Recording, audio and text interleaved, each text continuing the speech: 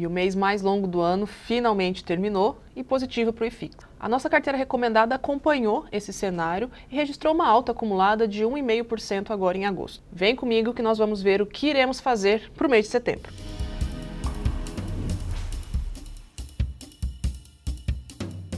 Primeiro, nós precisamos entender quando nós fazemos alguma alteração na carteira recomendada. Eu gosto sempre de olhar 4 critérios e eu vou passar eles aqui com vocês. Bom, o primeiro critério é: houve alguma alteração no cenário econômico? Por quê? Este é o critério que vai definir se a nossa alocação macro da carteira deve mudar. Que alocação é essa? É basicamente a exposição em fundos de tijolo e fundos de papel. Se você acompanha a nossa carteira há mais tempo, percebeu que nós fizemos justamente esse movimento.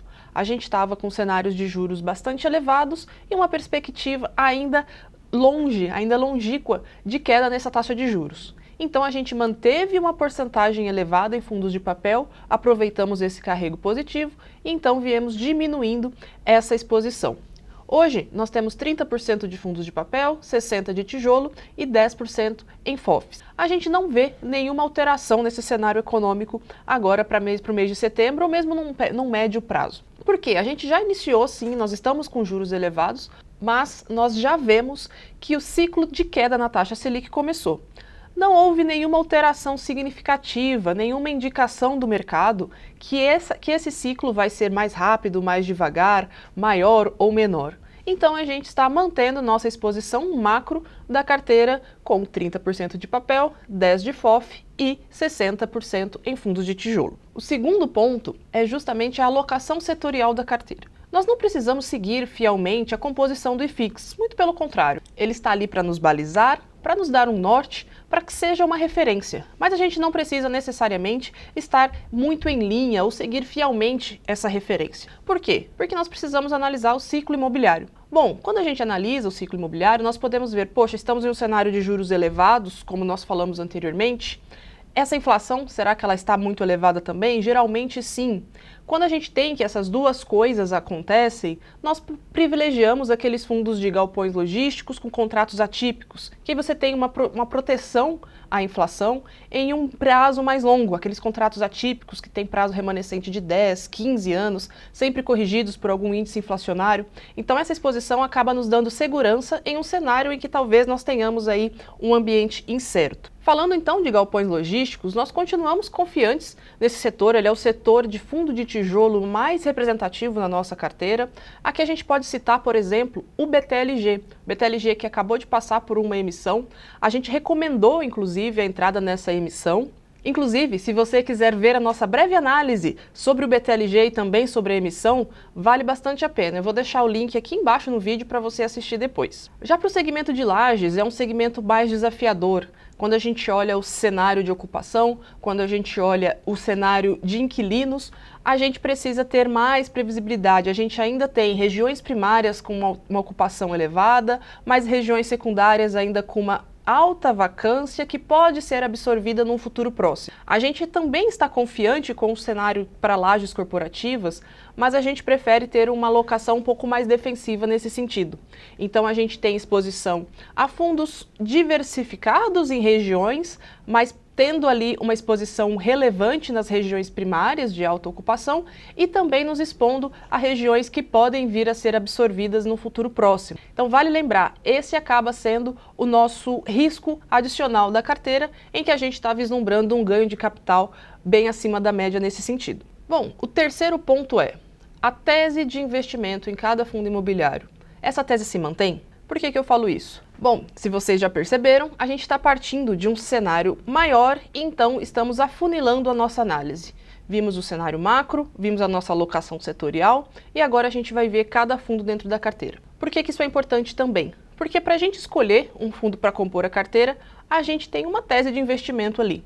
Então a gente olha, a gente lê os relatórios, a gente conversa com os gestores e a gente tenta entender como será o futuro desse fundo imobiliário, se ele conseguirá trazer rendas crescentes e também previsíveis para o cotista. Aqui a gente pode destacar 2 fundos da nossa carteira que nós precisamos fazer essa análise porque eles estão passando e poderão vir a passar por alterações importantes. O primeiro deles é o ALZR, que finalizou a emissão e está com caixa importante.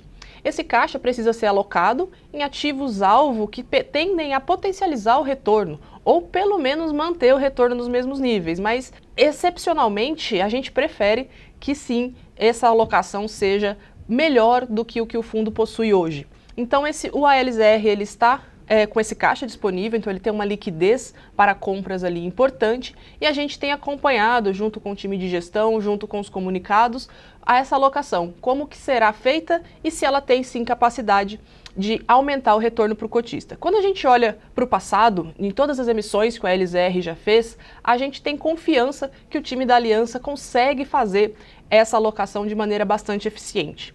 O outro fundo é o HGRU. O HGRU ele já está com uma emissão aprovada, ele já tem essa autorização em assembleia para realizar uma emissão de cotas e deve vir a mercado em breve. Então, alguns investidores podem até pensar, bom, vamos vender HGRU com lucro para então depois entrar nessa emissão em uma janela de oportunidade melhor.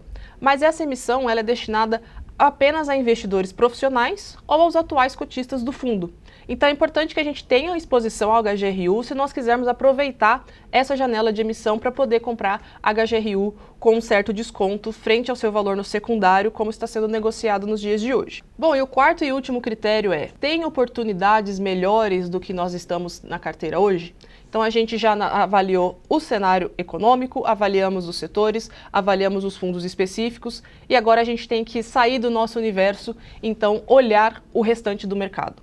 Essa é a tarefa mais difícil, porque você precisa ter uma visão bastante abrangente, bastante ampla de como estão os fundos imobiliários fora da sua carteira, no caso aqui da nossa carteira recomendada.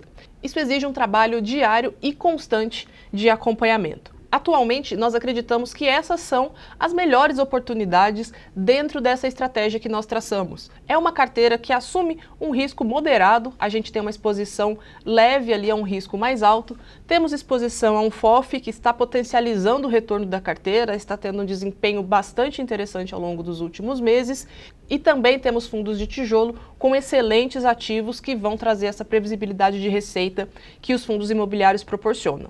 Então, analisando esses 4 critérios, nós mantivemos a nossa carteira recomendada para setembro inalterada.